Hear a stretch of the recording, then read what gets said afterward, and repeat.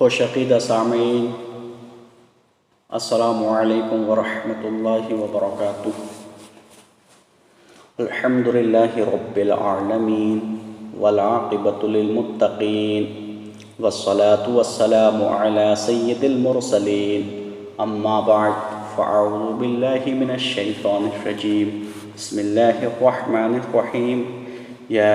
ایہا الذین آمنوا اطیعوا اللہ واطیعوا الرسول، صدق اللہ العظیم۔ وقال رسول اللہ صلی اللہ تعالی علیہ وسلم، بلغوا عنی ولو آیہ، صدق رسولہ النبی الامین الکریم، ونحن علی ذلک لمن الشاہدین، والحمد للہ رب العالمین۔ معزز سامعین، محبین، ناظرین، میں محمد عرفان نوری آج 3 جون بروز بدھ ایک بار آج پھر آپ حضرات کی خدمت کے لیے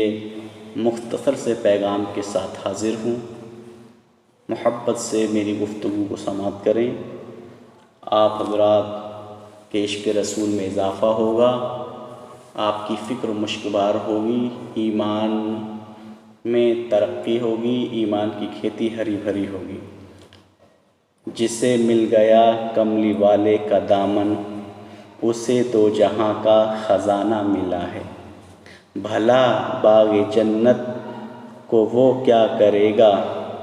بھلا باغ جنت کو وہ کیا کرے گا، مدینے میں جس کو ٹھکانہ ملا ہے۔ پیارے سامعین، ایک بار درود شریف کا نذرانہ پیش کریں۔ اللہم صلی علی سیدنا و مولانا محمد صلی اللہ علیہ وسلم۔ کسی کو زمانے کی دولت ملی ہے، کسی کو جہاں کی حکومت ملی ہے، میں اپنے مقدر پہ قربان جاؤں، مجھے یار کا آستانہ ملا ہے۔ جسے مل گئی ہے ان کے در کی گدائی، اسے دولت دو جہاں ہاتھ آئی۔ در مصطفیٰ تک ہے جس کی رسائی، شفاعت کا اس کو بہانہ ملا ہے۔ اور تاجدار اہل سنت، آج چونکہ یوم رضا ہے، 10 شوال المکرم ہے اور اعلیٰ حضرت کی پیدائش کا دن ہے، اور بریلی شریف میں آزاد انٹر کالج میں بڑے ہی تذک و احتشام کے ساتھ منایا جاتا ہے۔ اسے جشن یوم رضا، ولادت یوم رضا منایا جاتا ہے، لیکن چونکہ لاک ڈاؤن کا یہ موقع چل رہا ہے اور ابھی دھارمک استھل پر جمع ہونے کی پابندیاں ہیں، لہٰذا تو جو جس پیمانے پہ جس ایک بڑے موقع سے وہ اعلیٰ حضرت کا جشن جلسے کی صورت میں 2 روزہ پروگرام، ایک مشاعرہ اور ایک تقریری پروگرام جو رات کو ہوتا تھا، وہ تو نہیں ہو رہا ہے، لیکن بہرحال میں جہاں تک سمجھتا ہوں فاتح خانی جو اس کے سامنے مسجد ہے گراؤنڈ کے سامنے، وہاں ضرور ہوتی ہوگی۔ تو وہ یوم رضا یادگار ہے، اور اللہ کا فضل ہے 2 موقع پر 2 سال لگاتار میری بھی وہاں پر مختصر سی تھوڑی سی تقریر ہوئی ہے، اور وہ وہاں کی ریکارڈنگ بھی آج موجود ہوگی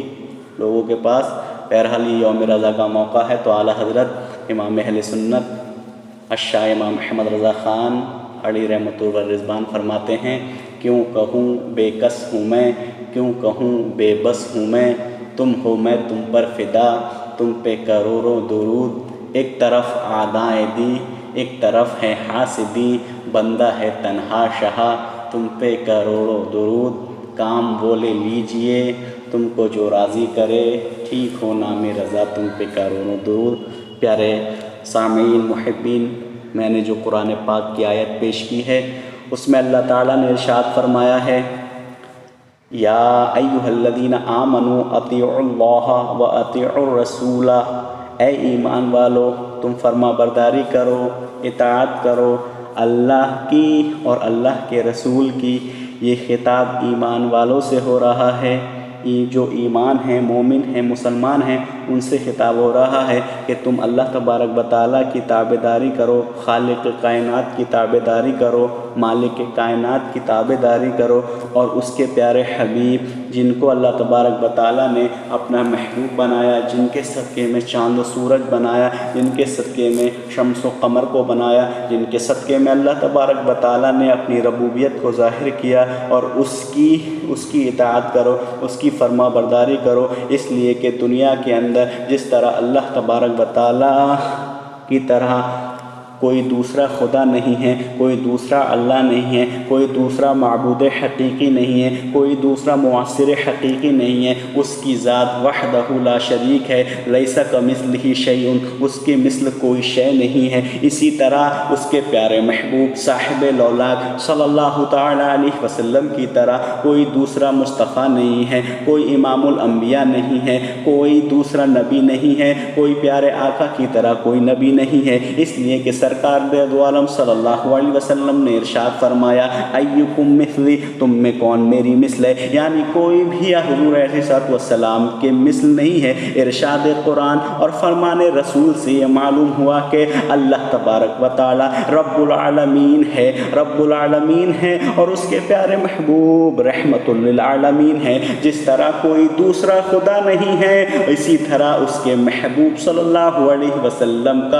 کی طرح کوئی دوسرا مصطفیٰ نہیں ہے، بلکہ مجھے کہہ لینے دیا جائے اس جیسا کوئی معبود نہیں ہے، اس جیسا کوئی عابد نہیں ہے، اس جیسا کوئی مسجود نہیں ہے، اس جیسا کوئی ساجد نہیں ہے، اس جیسا کوئی محب نہیں ہے، اس جیسا کوئی محبوب نہیں ہے، اس جیسا کوئی چاہنے والا نہیں ہے، اس جیسا کوئی چاہا نہیں ہے، اس جیسا کوئی معطی نہیں ہے، اس جیسا کوئی قاسم نہیں ہے۔ وہ بھی بے مثل ہے، وہ بھی بے مثال ہے، وہ بھی بے مثل و بے مثال ہے، یہ بھی بے مثل و بے مثال ہے۔ وہ رب العالمین ہے، یہ رحمت للعالمین ہے۔ جہاں تک اس کی خدائی ہے وہاں تک پیارے نبی کی شہنشاہی ہے۔ وہ مشرق والوں کا رب ہے، یہ مشرق والوں کے نبی ہیں، یہ مشرق والوں کے رسول ہیں۔ وہ مغرب والوں کا رب ہے، یہ مغرب والوں کے رسول ہیں، یہ مغرب والوں کے نبی ہیں۔ وہ شمال والوں کا رب ہے، یہ شمال والوں کے نبی ہیں۔ وہ جنوب والوں کا رسول، جو جنوب والوں کا رب ہے، یہ جنوب والوں کے رسول ہیں، یہ جنوب والوں کے نبی ہیں۔ وہ فرش والوں کا رب ہے، یہ فرش والوں کے نبی ہیں۔ وہ عرش والوں کا رب ہے، یہ عرش والوں کے نبی ہیں۔ جہاں لوگ ہیں، جہاں دنیا ہے، وہ دنیا کا خدا ہے، یہ دنیا کے نبی ہیں۔ وہ حضرت جبرائیل کا رب ہے، یہ حضرت جبرائیل کے نبی ہیں۔ وہ حضرت میکائیل کا رب ہے، یہ حضرت میکائیل کے نبی ہیں۔ وہ حضرت اسرافیل کا رب ہے، یہ حضرت اسرافیل کے نبی ہیں۔ وہ حضرت عزرائیل کا رب ہے، یہ حضرت عزرائیل کے نبی ہیں۔ یعنی کائنات میں جہاں جہاں خدا کی خدائی ہے وہاں وہاں پیارے مصطفیٰ کی مصطفیٰ ہے۔ جہاں جہاں پیارے اللہ تبارک و تعالیٰ ہے، جہاں جہاں اللہ تبارک و تعالیٰ ہے وہاں وہاں مصطفیٰ ہے۔ یعنی ہندوستان، پاکستان، ترکستان، انگلستان، پوری دنیا کا رب اللہ تبارک و تعالیٰ ہے، اور اس کے حبیب صلی اللہ علیہ وسلم سب لوگوں کے نبی ہیں، سب لوگوں کے رسول ہیں۔ حضرت آدم کا رب اللہ تبارک و تعالیٰ ہے، حضرت عیسیٰ کا رب اللہ تبارک و تعالیٰ ہے، حضرت موسیٰ کا رب اللہ تبارک و تعالیٰ ہے۔ تو حضرت موسیٰ، حضرت عیسیٰ، حضرت ہارون، حضرت شیس، حضرت سلیمان علیہ السلام کے تاجدار نبی، تاجدار انبیاء سردار ہیں، انبیاء کرام کے سردار ہیں۔ وہ ایسے نبی ہیں کہ ان جیسا نبی کوئی نہیں ہے، اور نہ ہی اللہ تبارک و تعالیٰ جیسا کوئی خدا ہے، نہ ہی اللہ تبارک و تعالیٰ جیسا کوئی رب ہے، اور نہ ہی پیارے مصطفیٰ جیسا کوئی نبی ہے، نہ ہی پیارے مصطفیٰ جیسا کوئی رسول ہے۔ اس لیے ہم یہ کہتے ہیں کہ خلق سے اولیاء، اولیاء سے رسول، اور رسولوں میں اعلیٰ ہمارا نبی۔ سبحان اللہ۔ آج ہر مومن کی یہ تمنا ہوتی ہے، ہر مومن یہ آرزو کرتا ہے کہ وہ صاحب عرفان ہو جائے، کہ وہ صاحب ایقان ہو جائے، کہ وہ پیارے نبی کا محبوب کی، پیارے نبی کی محبوبیت میں گم ہو جائے۔ ہر ایک کی تمنا کرتا ہے کہ اسے یزدان حاصل ہو جائے، بقائے رحمان نصیب ہو جائے۔ وہ دنیا میں ہر شخص یہ چاہتا ہے کہ وہ دنیا میں باوقار ہو جائے، ہر شخص یہ چاہتا ہے وہ قبر و حشر میں کامیاب ہو جائے، قبر و حشر میں کامران ہو جائے۔ تو یاد رکھو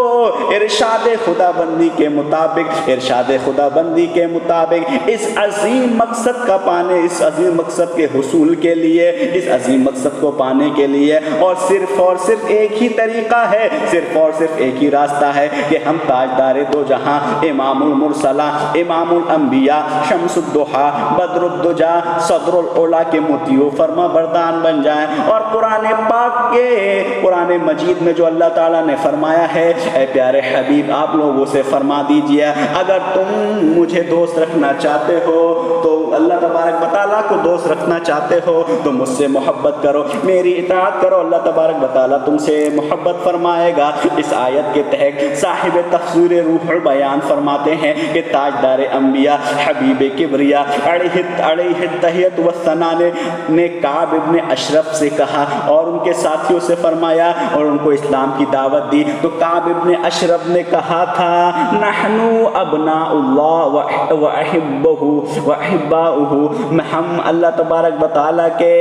بیٹے ہیں اور اس کے پیارے ہیں۔ نحن ابناء اللہ واحباؤہ، ہم تو اللہ تبارک و تعالیٰ کے بیٹے ہیں اور اس کے پیارے ہیں۔ چنانچہ جب کعب ابن اشرف نے اور ان کے ساتھیوں نے یہ کہا کہ ہم اللہ تعالیٰ کے بیٹے اور پیارے ہیں تو اس وقت اللہ تبارک و تعالیٰ نے اپنے محبوب سے ارشاد فرما دیا، اے پیارے محبوب، اے پیارے حبیب آپ لوگوں سے فرما دیجئے، آپ لوگوں سے بیان کر دیجئے جو آپ کے وسیلہ جلیلہ کے بغیر اللہ تبارک و تعالیٰ کی محبت کا دعویٰ کرتے ہیں، اللہ تبارک و تعالیٰ کی محبت کا دعویٰ کرتے ہیں، اللہ تبارک و تعالیٰ کی وحدانیت کا اقرار کرتے ہیں، جو آپ کے دامن رحمت کو چھوڑ کر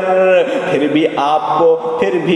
بھی اپنے آپ کو اللہ تبارک و تعالیٰ کا پیارا سمجھتے ہیں، جو آپ کے دامن رحمت کو چھوڑ کر اللہ تبارک و تعالیٰ کے پیارے بننا چاہتے ہیں، جو آپ کی اطاعت کو چھوڑ کر، جو آپ کی فرما برداری کے بغیر بارہ خدا بندی میں پہنچنا چاہتے ہیں، تو ان لوگوں کو یا رسول اللہ اے پیارے حبیب آپ خبردار کر دو، اے لوگو تم خدائے بزرگ و برتر و جل و علا کے محبوب بننا چاہتے ہو، اگر تم بارگاہ ربی میں قرب حاصل کرنا چاہتے ہو اور اگر تم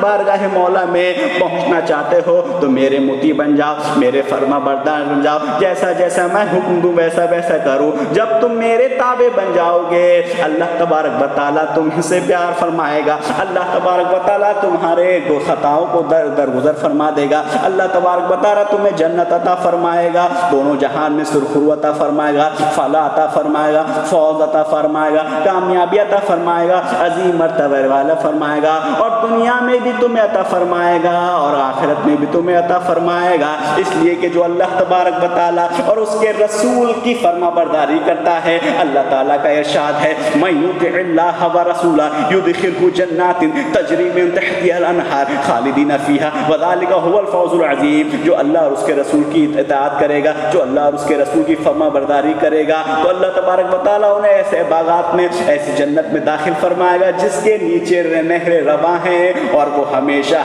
اس میں رہے گا، اور یہ بڑی کامیابی ہے۔ تو جو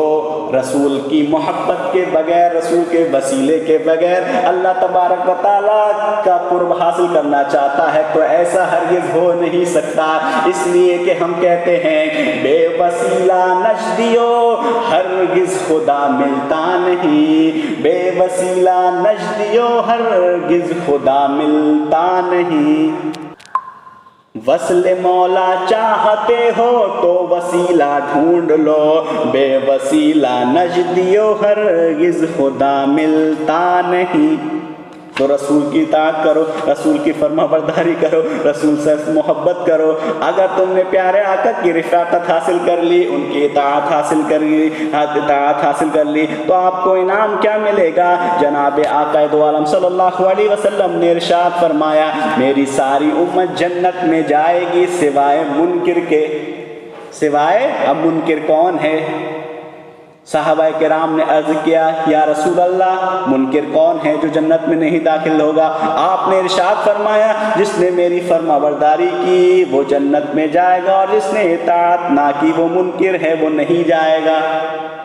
اب اطاعت کا مطلب کیا ہے؟ اطاعت کا مطلب یہی ہے کہ جن چیزوں کا اللہ کے رسول نے حکم فرمایا ہے ہم اس پہ بجا لائیں، جن چیزوں کا اللہ کے حبیب نے ارشاد فرمایا ہے جن چیزوں کے متعلق ان کو ہم کریں، یعنی جو اوامر ہیں ان کو فالو کریں، جو اوامر ہیں ان کو مانیں، ان پر عمل کریں، اور جو نواہی ہیں جن چیزوں سے منع کیا ہے ہم ان سے باز رہیں۔ لہذا ہم جب تک اوامر پر عمل کرتے رہیں گے، نواہی سے بچتے رہیں گے، ممنوعات سے بچتے رہیں گے، اللہ تبارک و تعالی ہمیں اپنا دوست فرمائے گا، اور اللہ تبارک و تعالی پیارے نبی سے محبت کے صدقے میں ہمیں جنت عطا فرمائے گا۔ حضور عیسیٰ والسلام کے مطیع و فرما بردار جنت میں جائیں گے اور وہیں جنت کے حقدار ہوں گے، اور پھر انہیں جنت میں آقا دو عالم صلی اللہ علیہ وسلم کی رفاقت حاصل ہوگی، زیارت حاصل ہوگی، زیارت سے مشرف ہوں گے۔ عاشقان مصطفیٰ صلی اللہ علیہ وسلم کے لیے جنت میں اس سے زیادہ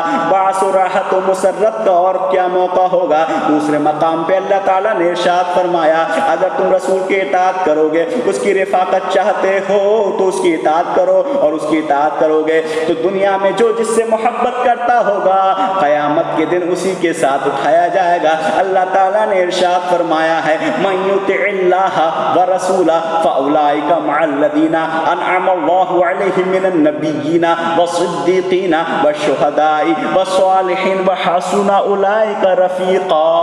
جو اللہ اور اس کے رسول کی اطاعت کرے گا، جو اللہ اور اس کے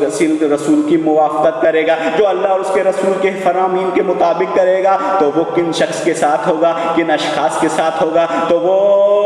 ان شخص کے ساتھ ہوگا جو اللہ اور اس کے رسول کی اطاعت کرے گا، جس پر اللہ تبارک و تعالیٰ نے انعام فرمایا ہے اس کا حشر اس کے ساتھ ہوگا، یعنی جو اللہ اور اس کے رسول کی اطاعت کرے گا تو جن فاولئک مع الذین، تو وہ ان شخص کے ساتھ ہوگا جن پر اللہ تبارک و تعالیٰ نے انعام فرمایا ہے۔ اور انعام اللہ تعالیٰ نے کن پر فرمایا ہے؟ من النبیین، من سے یہ من بیانیہ ہے، اور من سے ان لوگوں کا بیان ہو رہا ہے جن پر اللہ تبارک و تعالیٰ نے انعام فرمایا ہے۔ من النبیین، نبیین پر اللہ تعالیٰ نے انعام فرمایا ہے، والصدیقین، اور صدیقین پر اللہ تبارک و تعالیٰ نے انعام فرمایا ہے، اور شہداء پر انعام فرمایا ہے، اور نیکوکار پر اللہ تبارک و تعالیٰ نے انعام فرمایا ہے۔ تو جو اللہ اور اس کے رسول سے محبت کرے گا تو گویا کہ وہ نبیوں کی جماعت میں ہوگا، صدیقوں کی جماعت میں ہوگا، شہداء کی جماعت میں ہوگا، صالحین کی جماعت میں ہوگا۔ تو یہ تحفہ، یہ گفٹ کسی اور نے نہیں دیا ہے۔ جو اچھے اعمال کر رہا ہے، افعال حسنہ کر رہا ہے، اللہ اور اس کے رسول سے محبت کر رہا ہے، ان کے مطابق شب و روز گزار رہا ہے، دن کے ایام گزار رہا ہے، سال کے ایام گزار رہا ہے، نمازیں پڑھ رہا ہے، روزے رکھ رہا ہے، حج کر رہا ہے، زکوٰۃ دے رہا ہے، خیرات کر رہا ہے، صدقات کر رہا ہے، عطیات کر رہا ہے، حسنات کر رہا ہے، مکروہات سے بچ رہا ہے، ممنوعات سے بچ رہا ہے، مکروہ تحریم سے بچ رہا ہے، حرام سے بچ رہا ہے، تو گویا کہ وہ اللہ تبارک و تعالیٰ کے حکم پر عمل کر رہا ہے، اس کی فرما برداری کر رہا ہے، اس کے رسول کی فرما برداری کر رہا ہے، تو یہ اللہ تبارک و تعالیٰ کی جانب سے اس کے لیے انعام ہے، انعام کہ اس کا حشر۔ اور حدیث پاک میں یہ حدیث بڑی مشہور ہے، جس کو میں نے اپنے مرشد گرامی پیر و مرشد حضور تاج الشریعہ علیہ رحمہ سے بھی سنا ہے کہ من تشبہ بقوم فہو منہم، جو جس قوم سے مشابہت رہے گا اس کا انجام اسی قوم کے ساتھ ہوگا۔ اور اس تشبہ کے بارے میں در مختار میں بھی بہت اچھی بحث کی گئی ہے۔ تو جس قوم سے جو مشابہت رہے گا، اب ہم اس حدیث کے تناظر میں اپنی زندگی کو دیکھیں، اپنے گریبان میں جھانک کر دیکھیں کہ ہم زندگی کیسے گزار رہے ہیں، ہم بندگی کر رہے ہیں نہیں کر رہے ہیں، تو آپ کو ضرور یہ دیکھنے کو ملے گا آج ہمارا طور طریقہ بالکل انگریزوں جیسا ہو گیا ہے، مشرکانہ طریقہ ہمارا ہو گیا ہے۔ آج ہماری شادی کا طریقہ مشرکانہ، بیاہ کا طریقہ مشرکانہ، ہمارے گھریوں میں ولادت کا موقع آتا ہے تو برتھ ڈے ہم مناتے ہیں، وہ بھی برتھ ڈے یہودیوں کی طرح مناتے ہیں، عیسائیوں کی طرح مناتے ہیں۔ ہم کوئی دوسرا کام کرتے ہیں، پیسے لٹاتے ہیں، پیسے لٹاتے ہوئے نظر آتے ہیں، ہم چلتے ہیں تو اس طرح چلتے ہیں کہ ہمارا چلنا بھی غیر مسلمانہ ہوتا ہے، ہم کھانا کھاتے ہیں تو کھانا بھی آج اس طرح کھا رہے ہیں لوگ معلوم ہی نہیں ہوتا کہ یہ اسلامی طریقہ ہے یا غیر اسلامی طریقہ طریقہ ہے، یعنی مغربی تہذیب و تمدن میں ہم ڈھکے ہوئے ہیں، مغربی تہذیب و تمدن ہمارے اندر رچی اور بس گئی ہے۔ تو مسلمانوں میں آپ حضرات سے یہ کہنا چاہوں گا کہ آپ مغربی تہذیب کو چھوڑ دیجئے، مغربی تہذیب و تمدن کو چھوڑ کر اسلامی تہذیب میں آ جائیے، اسلامی تمدن میں آ جائیے، اسلامی کلچر کو اپنا لیجئے، اور ایسے اپنا لیجئے کہ صبح کو اٹھو تو ایسے اٹھو کہ جس طرح نبی کے فرمان کے مطابق اٹھ رہے ہیں، شام کو سو تو ایسے سو، رات کو سو کہ نبی کے فرمان کے مطابق سو رہے ہیں، کھاؤ تو اس طرح کھاؤ، ایسا کھاؤ، اس طرح کھاؤ کہ نبی کے فرمان کے مطابق کھا رہے ہیں، شادی کرو تو اس طرح کرو کہ گویا کہ نبی نے ایسا فرمایا ہے، بندگی کرو تو ایسے کرو گویا کہ نبی نے ایسے فرمایا ہے۔ الغرض یہ کہنا چاہوں گا کہ آپ اسلامی تہذیب کو فالو کرو اور غیر اسلامی تہذیب کو انفالو کرو۔ تو جس قوم سے مشابہت رکھے گا اسی قوم کے ساتھ اٹھایا جائے گا۔ تو یہ میں نے بات پیش کر دی۔ میری جو تقریر ہوتی ہے جو مختصر سے پیغام کے ساتھ ہوتی ہے، لیکن آج چونکہ یہ موضوع بہت اچھا ہے اور اطاعت رسول کے متعلق ہے تو میں تھوڑا اسے طویل کر رہا ہوں۔ تو جو اللہ اور اس کے رسول کی فرما برداری کرے گا وہ کن کے ساتھ ہوگا؟ نبیین کے ساتھ ہوگا، صدیقین کے ساتھ، شہداء اور صالحین کے ساتھ۔ اس آیت مقدسہ کے تحت مفسرین کرام رحمت اللہ علیہم اجمعین نے یہ روایت نقل فرمائی ہے کہ حضور آقا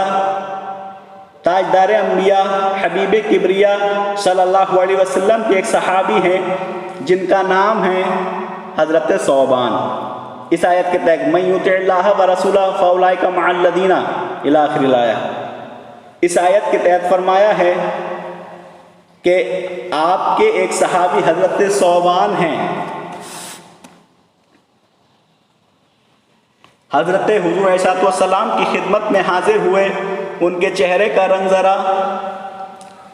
اترا ہوا تھا، پریشانی کے آثار نمودار تھے۔ پیارے آقا کی بارگاہ میں آگے آنے کے بعد جب اپنے پریشان حال کو، جب آپ نے اپنے پریشان حال غلام کو دیکھا تو فرمایا اے ثوبان، تمہارا یہ کیا حال ہو گیا ہے؟ تمہارے اوپر پریشانی کے آثار کیوں نمودار ہیں؟ تم کیوں پریشان ہو؟ کیا معاملہ ہے؟ تو صحابی نے عرض کیا یا رسول اللہ، میرے آقا نور علی نور آقا، میں تو مریض عشق ہوں، اس کے علاوہ مجھے کوئی تکلیف نہیں ہے، یعنی صرف آپ کی محبت کا مریض ہوں اور مجھے کوئی تکلیف نہیں ہے۔ یا رسول اللہ، میرا حال یہ ہے کہ میں آپ کی فرقت اور جدائی کو ایک لمحے کے لیے بھی برداشت نہیں کر سکتا، یعنی ہر وقت آپ کی صحبت میں رہنا چاہتا ہوں، آپ کا چہرہ دیکھنا چاہتا ہوں، آپ کا مورا دیکھنا چاہتا ہوں، آپ کی رفاقت چاہتا ہوں، ہر وقت آپ ہی کے دیدار میں رہنا چاہتا ہوں، آپ ہی کے محبت میں رہنا چاہتا ہوں، آپ کے دیکھ دیکھ کر دن گزاروں گا، آپ کے دیکھ دیکھ کر رات گزاروں گا، میں آپ کی جدائی کو ایک لمحے کے لیے برداشت نہیں کر سکتا۔ یا رسول اللہ، مجھے آپ کے حسن و جمال جہاں آرا کے بغیر سکون نہیں ملتا، آپ جس وقت بھی میرا جی چاہتا ہے میں آپ کی زیارت کر لیتا ہوں، مگر مجھے خوف یہ ہے جب آخرت کا خیال آتا ہے کہ اگر میری بخشش بھی ہو گئی اور مجھے جنت میں داخل بھی کر دیا گیا تو جنت میں آپ عرفہ والا مقام پر ہوں گے، آپ مقام اعلیٰ پر فائز ہوں گے، جلوہ افروز ہوں گے، اور میں جنت میں بھی غلاموں میں ہوں گا، اور میں جنت میں ہوں گا لیکن آپ عرفہ ہوں گے، آپ اعلیٰ ہوں گے، لیکن میں غلاموں میں ہوں گا، آپ سے میرا ٹھکانہ بہت دور ہوگا، تو پھر میں آپ کی زیارت کیسے کر سکوں گا؟ یا رسول اللہ، بس اسی خیال سے میں پریشان ہوں، آپ سے دور رہنے کی وجہ سے ہی میں پریشان ہوں، اس کی وجہ سے میرے یہ حال ہو گیا ہے۔ تو پیارے آقا نے فرمایا، حضرت ثوبان سے بارگاہ مصطفیٰ نے جب یہ عرض کر دی تو اسی وقت اللہ تبارک و تعالیٰ نے یہ آیت کریمہ نازل فرمائی جس میں اعلان فرما دیا گیا، حضور اکرم شہنشاہ دو عالم صلی اللہ علیہ وسلم کے فرما بردار بن جاؤ، جنت میں آپ کے ساتھ رہیں گے، یعنی جو حضور علیہ السلام کا فرما بردار ہوگا وہ جنت میں حضور کے ساتھ ہوگا۔ سبحان اللہ، آپ حضرات بھی بول دیجئے سبحان اللہ، اور مجھے امید ہے کہ آپ نے ضرور سبحان اللہ کہا ہوگا۔ اور اس وقت چونکہ میں اپنی آواز کو ذرا پست کر کے بول رہا ہوں، دھیرے کر کے بول رہا ہوں، تاکہ میری آواز باہر نہ جائے اور اہل محلہ میری آواز کو سن کر متفکر نہیں ہوں، اس لیے کہ میں اپنی آواز کو پست کیے گئے ہوں، دھیرے بول رہا ہوں اور زیادہ جوش میں نہیں بول رہا ہوں تاکہ محلے میں آواز نہیں جائے، اہل محلے کا مجھے خیال ہے، لہذا میں آواز کو پست کیے ہوئے ہوں۔ تو حضور نے فرمایا، اللہ تبارک و تعالیٰ نے فرمایا ہے کہ جو اللہ کے رسول کی اطاعت کرے گا تو وہ جنت میں جائے گا، آپ کے جنت میں آپ کے ساتھ ہوں گے، سبحان اللہ۔ تو جو اس لیے اپنی زندگی کے ایام و روز گزارو، پیارے آقا کی محبت میں گزارو، اطاعت میں گزارو۔ ہم اور آپ کیا ہیں جو اللہ کے رسول کی اطاعت کرتے ہیں، اللہ کے رسول کی اطاعت فرما برداری، شجر کرتے ہیں، حجر کرتے ہیں، درخت کرتے ہیں، چرند کرتے ہیں، پرند کرتے ہیں، ابو جہل کی مٹھی میں جو کنگریاں ہیں وہ کرتی ہیں، مٹھی ابو جہل کی فرما برداری رسول کی، سبحان اللہ۔ آسمان کا چاند سرکار نے 2 ٹکڑے کیا، ڈوبا ہوا سورج حضرت علی کے لیے نکالا، یہ میں 2 روایت پیش کر دوں مختصر سے وقت میں۔ چاند آپ کی اطاعت کرتا ہے، لیکن ایک غلام ہے، امتی ہے جو آپ کے دن بہ دن نافرمانی کر رہا ہے۔ ہرن آپ کی اطاعت کرتی ہے، آسمان کا میں بارش کا موقع نہیں ہوتا ہے، قحط سالی بڑھ جاتی ہے، آپ حکم فرماتے ہیں تو بارش پانی برساتا ہے۔ تو انسان ہی ہے کہ جو بالکل نافرمانی کیے ہوئے ہے۔ اللہ تبارک و تعالی ہم سب کو پیارے آقا رسول محتشم کی سچی اطاعت فرمائے۔ آپ حضرات توجہ کریں، بس میں رخصت ہو رہا ہوں تھوڑی ہی دیر میں۔ ایک مرتبہ چاند نے کیسی اطاعت کی سرکار کی، ایک مرتبہ مشرکین مکہ نے سرکار دو عالم صلی اللہ علیہ وسلم کے پاس آئے اور کہنے لگے، آپ اللہ کے سچے رسول ہیں، آپ اللہ کے نبی ہیں، آپ اللہ کے ماننے والے ہیں، اگر آپ اللہ کے سچے نبی ہیں تو چاند کے 2 ٹکڑے کر دیجئے۔ آپ نے فرمایا، اچھا اگر میں چاند کے 2 ٹکڑے کر دوں گا تو تم ایمان لے آؤ گے، مسلمان ہو جاؤ گے؟ کہا ہاں۔ دیکھیے نبی کو کس طرح سے پرکھتے تھے کفار و مشرکین، یعنی نبی انہیں بھی یہ پتہ تھا کہ اگر یہ نبی ہوں گے تو چاند کے 2 ٹکڑے کر دیں گے، لیکن امتحان کے لیے کہا اچھا تم یہ کہہ رہے ہو ایمان، میں اگر چاند کے 2 ٹکڑے کر دوں گا تم ایمان لے آؤ گے؟ کہا ہاں۔ کہا ہاں اگر آپ چاند کے 2 ٹکڑے فرما دیں گے تو ہم آپ کا کلمہ پڑھ کر مسلمان ہو جائیں گے۔ اب پیارے آقا نے چاند کے 2 ٹکڑے کیسے فرمایا؟ اس رات 14ویں کا چاند تھا، 14ویں کا چاند بہت مشہور ہے، یعنی بہت زیادہ چمک رہا تھا۔ جب 14ویں شب کا چاند ہوتا ہے تو وہ بہت زیادہ چمکتا ہے، اور وہ 14ویں کے چاند میں رات میں ہی روشنی نظر آتی ہے، گویا کہ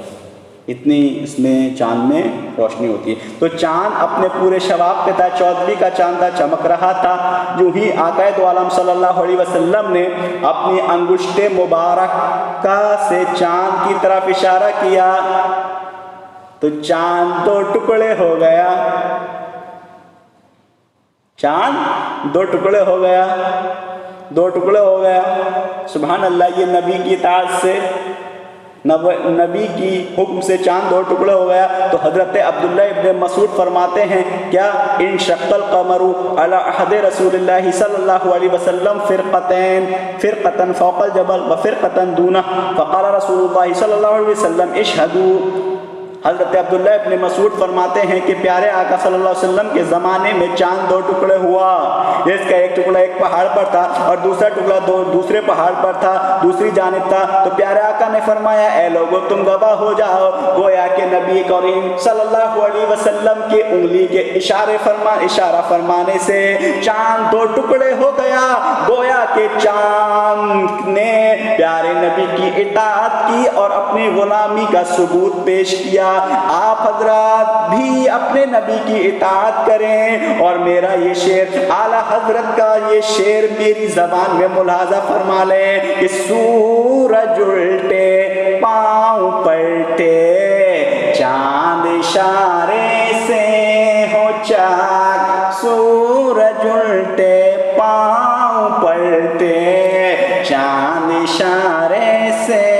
ہو چاک، اندھے نجدی دیکھ لے، اندھے نجدی دیکھ لے قدرت رسول اللہ کی۔ سبحان اللہ، پھر چاند میرے نبی کے اشاروں سے پلٹ آیا تو یہ اطاعت کی۔ اور ایک سورج بال جو حضرت علی کی روایت ہے وہ بھی بہت مرتبہ آپ نے سنی ہوگی، لیکن ایک نئے انداز میں میں سناتا ہوں، اور یہ میری آخری بات ہے، پھر انشاءاللہ میں رخصت ہو جاؤں گا اور کل ایک بار پھر آپ کی دوسرے موضوع کے ساتھ آپ کی خدمت کے لیے حاضر ہوں گا۔ نماز عصر حضرت علی مقام صحابہ کا موقع ہے۔ جناب علی مرتضیٰ رضی اللہ تعالیٰ عنہ محبوب کبریٰ صلی اللہ علیہ وسلم کو اپنے زانوں پر، حضور علیہ السلام اپنا سر حضرت علی رضی اللہ تعالیٰ عنہ کے زانوں پر رکھ کر آرام فرما رہے تھے، گویا کہ سو گئے۔ آقا دو عالم صلی اللہ علیہ وسلم نے نماز عصر کو پڑھ چکی تھی، اور حضرت علی رضی اللہ تعالیٰ عنہ نے ابھی نماز عصر ادا نہیں کی تھی۔ اب حضرت علی نبی کی صورت کو دیکھتے ہیں اور آسمان کے سورج کو دیکھتے ہیں، ادھر سورج ڈوبتا ہوا نظر آتا ہے، مگر ادھر سراجم منیرا، یہ شان والے آقا، مدنی آقا کے چاند کی زیارت ہوتی ہے، گویا کہ حضور کی زیارت ہو رہی ہے۔ ایک طرف سورج ڈوب رہا تھا، دوسری طرف پیارے آقا کا چہرہ سامنے تھا اور اس کی زیارت ہو رہی تھی۔ تو ایک طرف سورج ڈوب رہا تھا، نماز قضا ہو رہی تھی، تو حضرت علی ٹینشن میں پڑ گئے، دوسری طرف اطاعت ہو رہی ہے، رسول کے چہرے کی زیارت ہو رہی تو خوش ہو رہے ہیں۔ تو اب دونوں مرحلے ہیں، ایک طرف خدا کی عبادت تھی، حضرت علی کی گود میں تھے تو ایک طرف خدا کی عبادت تھی، دوسری طرف پیارے نبی کی اطاعت تھی۔ اگر حضرت علی عبادت کرتے تو پیارے نبی کی اطاعت جاتی، اگر اطاعت کرتے تو عبادت جاتی، لیکن قربان جاؤ حضرت علی رضی اللہ تعالی عنہ پر حضرت علی رضی اللہ تعالی عنہ نے فرمایا چلو نماز جاتی ہے تو چلی جائے گی، لیکن ایسا موقع کبھی کبھی آتا ہے، لیکن میں جس کی اطاعت میں ہوں انہی کے صدقے میں ہمیں نماز ملی ہے، میں جس کی فرما برداری میں ہوں انہی کے صدقے میں ہمیں روزہ ملا ہے، میں جن کے اطاعت میں ہوں انہی کے صدقے میں ہمیں شمس و قمر ملا ہے، برگ و ثمر ملا ہے، شجر و حجر ملے ہیں، لال و گوہر ملے ہیں، دنیا ملی ہے، ایمان ملا ہے، ایقان ملا ہے، عقبہ ملا ہے، لہذا میں انہی کی اطاعت کروں گا۔ نماز تو جن کی صدقے میں میری جا رہی ہے ان کے صدقے میں مل جائے گی۔ تو گویا کہ حضرت علی رضی اللہ تعالیٰ عنہ نے یہ کہا کہ اب میں حضور علیہ السلام پر قربان ہو جاؤں کہ آپ کے آرام کی خاطر حضرت علی نے نماز عصر کی پرواہ نہ کی، حتیٰ کہ سورج غروب ہو گیا، حضرت علی کی نماز قضا ہو گئی۔ اور نماز کون سی تھی؟ عصر کی نماز تھی، جس کے بارے میں تاکید آئی ہے، جس کے بارے میں اللہ تبارک و تعالیٰ نے ارشاد فرمایا ہے حافظوا علی الصلاۃ والصلاۃ الوسطی وقوموا للہ قانتین، حفاظت کرو، نگہبانی کرو نمازوں میں، بالخصوص نماز عصر کی، بیچ والی نماز کی، یعنی نماز عصر کی حفاظت کرو اور اللہ کے حضور ادب سے کھڑے ہو جاؤ۔ یہاں پر حضرت علی رضی اللہ تعالیٰ عنہ نے جو سب سے تاکید والی نماز تھی اس کو حضور علیہ السلام کی اطاعت میں، فرما برداری میں گزار دی اور قضا کر لی، اور حضرت علی نے نماز قضا کر لی۔ اعلیٰ حضرت اس موقع سے فرمایا تھا مولا علی نے واری تیری نیند پر نماز، وہ بھی عصر جو سب سے اعلیٰ خطر کی ہے۔ حضرت مولا علی مشکل کشا رضی اللہ تعالی عنہ نے اپنے آقا کریم کے آرام کا خیال کرتے ہوئے آپ کو بیدار نہ کیا اور نماز قضا کر لی، اس لیے کہ انہیں معلوم تھا جو نماز محبوب پاک صاحب لولاک حضور علیہ السلام کے آرام میں خلل ڈال کر پڑھی جائے وہ بارگاہ رب رب العالمین میں کب قبول ہوگی؟ ایسی عبادت لائق کے ثواب نہیں ہے۔ تو اب جو لوگ یہ کہتے ہیں، جو لوگ اس چیز کا دعویٰ کرتے ہیں کہ حضور کا خیال نماز میں ہو جائے تو نماز نہ ہوگی، ان کے لیے یہ واقعہ، یہ روایت بالکل دندہ شکن جواب ہے، داندان شکن جواب ہے کہ جو نماز رسول کی یاد سے خالی ہو وہ نماز ہی نماز نہیں ہے، وہ نماز نہیں ہے، وہ ایسی نماز کو منہ پر مار دیا جائے گا، ایسی نماز سے کوئی ثواب نہیں ملے گا۔ بلکہ حضرت علی ہیں جن کو اللہ کے رسول نے جنتی ہونے کی بشارت دی ہے، انہوں نے پیارے نبی کے آرام کی وجہ سے اپنی نماز کو قضا کر دیا۔ تو جو لوگ یہ دعویٰ کرتے ہیں رسول کا خیال نماز میں آ جائے تو نماز نہیں ہوگی، تو میں یہ کہوں گا، ان لوگوں سے یہ کہوں گا کہ جو تم یہ دعویٰ کر رہے ہو کہ رسول کا خیال نماز میں آ جائے تو نماز نہیں ہوگی، آپ کا یہ دعویٰ غلط ہے، آپ کا یہ دعویٰ فاسد ہے، آپ کا یہ دعویٰ بالکل اس کا کوئی بھی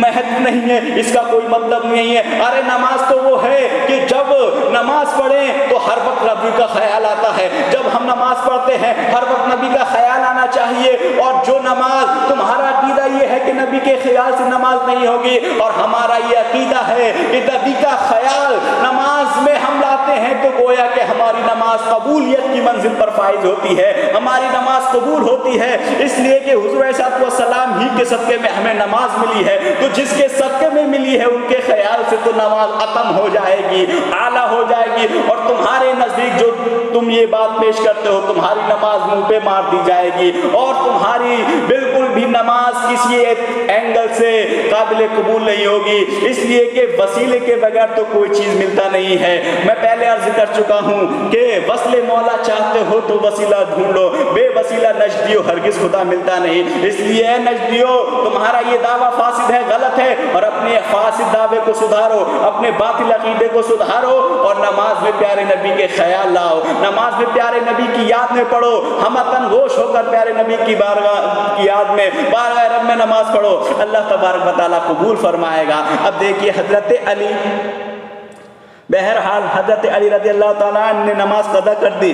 اب سورج جب غروب ہو گیا تو آپ کی آنکھیں اشک بار ہو گئی۔ مقام غور ہے، حضرت علی رضی اللہ تعالیٰ عنہ کی ایک نماز قضا ہوئی تو آپ کی آنکھیں اشک بار ہو گئی۔ آج ہماری نمازیں روزانہ قضا ہو رہی ہیں، فجر کی قضا ہو رہی ہے، ظہر کی قضا ہو رہی ہے، عصر کی قضا ہو رہی ہے، مغرب کی قضا ہو رہی ہے، عشاء کی قضا ہو رہی ہے، عورتوں کی بھی قضا ہو رہی ہے، مردوں کی بھی قضا ہو رہی ہے، جوانوں کی بھی قضا ہو رہی ہے، بوڑھوں کی بھی قضا ہو رہی ہے، کوئی شخص نہیں روتا۔ لیکن سبحان اللہ حضرت علی ہیں جو ایک نماز کے لیے رو رہے ہیں۔ ہم لوگوں کے دل کتنے سیاہ ہو چکے ہیں، بدعمالیوں سے کالے پڑ چکے ہیں کہ ہم نماز پڑھ بھی رہے ہیں تو آج اس طریقے سے پڑھ رہے ہیں کہ رسمی طور پر ادا کر رہے ہیں، کوئی نہ خشوع کے ساتھ پڑھتا ہے نہ خضوع کے ساتھ، بس جلدی جلدی پڑھی اور بھاگے، نہ ٹھیک سے کپڑے پہنے، نہ ٹھیک سے جو نماز پڑھنے کا ایک اسلامی طریقہ اس سے بھی ہم نہیں پڑھتے ہیں، اور 5 وقت کی بھی پابندی سے نہیں پڑھ رہے ہیں، اور کوئی بھی رونے کی وجہ بات چھوڑو، کوئی بھی مغموم ہونے کو تیار نہیں ہے، مضطرب ہونے کو تیار نہیں، کوئی بھی پریشان نہیں ہوتا۔ لیکن توجہ کرنا، یہ اسلاف کا طریقہ ہے، یہ خلفائے راشدین ہے، داماد پیغمبر حضرت علی رضی اللہ تعالیٰ عنہ ایک نماز قضا ہو گئی تو رونے لگے۔ تو میں آپ حضرات سے یہ کہوں گا کہ آپ نماز پڑھیں، خشوع کے ساتھ پڑھیں۔ اللہ تبارک و تعالیٰ کو رونا بہت پسند ہے، اور رونا ہی اللہ تبارک و تعالیٰ کی بارگاہ میں قبول ہے۔ بلکہ اللہ تعالیٰ نے ایک مقام پر ارشاد فرمایا ہے کہ ہنسا کم کرو، رویا زیادہ کرو۔ ایک آیت ہے، یہ میں نے اس کا مفہوم بتا دیا۔ تو ہم محبان علی ہیں تو ہم کو بھی چاہیے کہ اپنی نماز میں خشوع و خضوع کے ساتھ رہیں۔ تو حضرت علی رونے لگے، نماز عصر قضا ہو گئی، آپ کی آنکھوں میں آنسو ہیں۔ تو تاجدار آقا صلی اللہ علیہ وسلم نے چشم نبوت کھول لیا اور فرمایا، ما یبکیک یا علی، اے علی تم کو کس نے رو رہا ہے، کیوں رو رہے ہو؟ عرض کی یا رسول اللہ میری نماز قضا ہو گئی ہے اس لیے رو رہا ہوں۔ چنانچہ مختار کل ختم الرسل صلی اللہ علیہ وسلم نے ارشاد فرمایا اے علی نماز ادا پڑھو گے کہ قضا پڑھو گے؟ نماز ادا پڑھو گے کہ قضا پڑھو گے؟ تو آقا داتا شمس الضحیٰ بدر الدجا نے اپنے ہاتھوں کو اٹھایا اور فرمایا، رب کی بارگاہ میں عرض کی، اللہم انا علیا کان فی طاعتک و طاعت رسولک فردد علیہ الشمس۔ خصائص الکبریٰ میں یہ موجود ہے۔ یا اللہ، اے اللہ، بے شک علی تیری اطاعت میں تھا اور تیرے رسول کی اطاعت میں تھا، تیری فرما برداری میں تھا اور تیرے رسول کی فرما برداری میں تھا۔ فردد علیہ الشمس، تو اس پر سورج کو پھیر دے، اس پر سورج کو لوٹا دے، اس پر سورج کو واپس کر دے۔ تو کیا ہوا؟ جب پیارے نبی نے دعا کی تو سورج پلٹ آیا، اس شان سے پلٹ آیا کہ حضرت علی نے اپنی نماز عصر قضا جو ہو گئی تھی سورج کے لوٹنے پر ادا پڑھی۔ سبحان اللہ۔ اب مجھے اعلیٰ حضرت کی یہ شعر ترنم والے یاد آ رہے ہیں، ترنم کے ساتھ میں پیش کرتا ہوں، آپ کی طبیعت خوش ہو جائے گی۔ پیارے آقا نے دعا کی تو دعا کی شان سے قبول ہوئی۔ اعلیٰ حضرت فرماتے ہیں، اجابت کا سہرا عنایت کا جوڑا، اجابت کا سہرا عنایت کا جوڑا، اجابت کا سہرا عنایت کا جوڑا،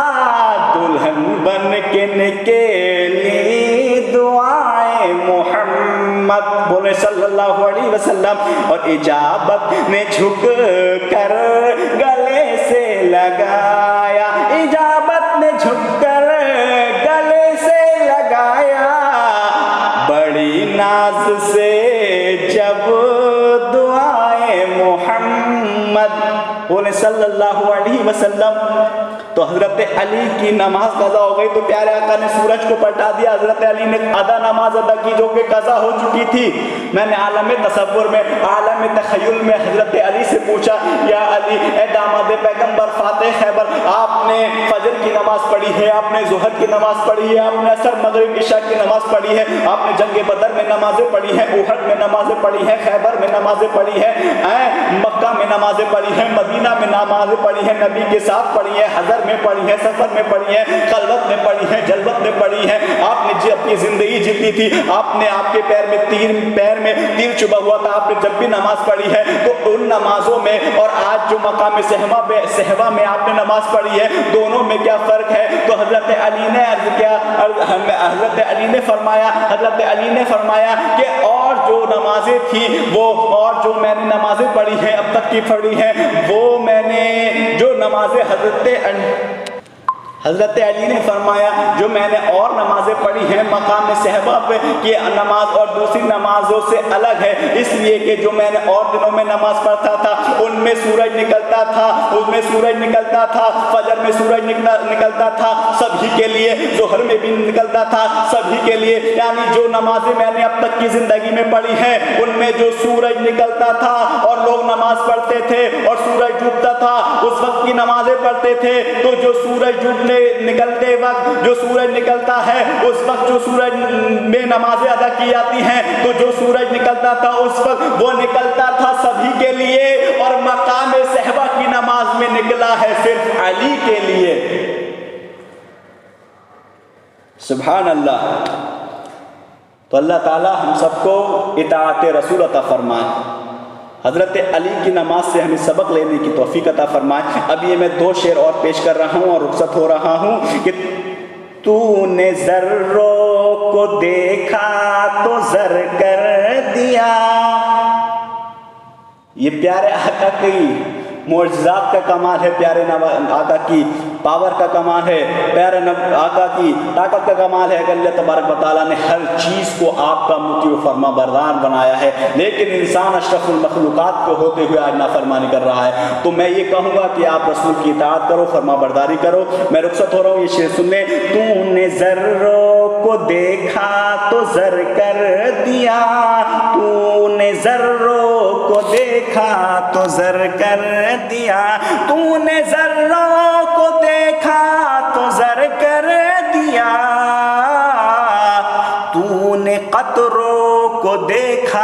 گوہر کر دیا، تو نے قطروں کو دیکھا گوہر کر دیا، تو نے حبشی کو رشک قمر کر دیا، تو نے حبشی کو رشک قمر کر دیا، تو نے حبشی کو رشک قمر کر دیا، الٹا سورج پھرانا تیرا کام ہے۔ تو اللہ تبارک و تعالی ہم سب کو اطاعت رسول عطا فرمائے، فرما بردار رسول اللہ صلی اللہ علیہ وسلم کو فرما بردار بنائے، فرما بردار بنائے، ہمارے گھر والوں کو اسلامی تہذیب کو فالو کرنے کی توفیق عطا فرمائے اور غیر اسلامی تہذیب کو ان فالو کرنے کی توفیق عطا فرمائے۔ میں نے آج اپنی گفتگو کو تھوڑا لمبا کر دیا، اچھا موضوع تھا، ٹاپک اچھا تھا۔ اللہ تعالی ہم سب کو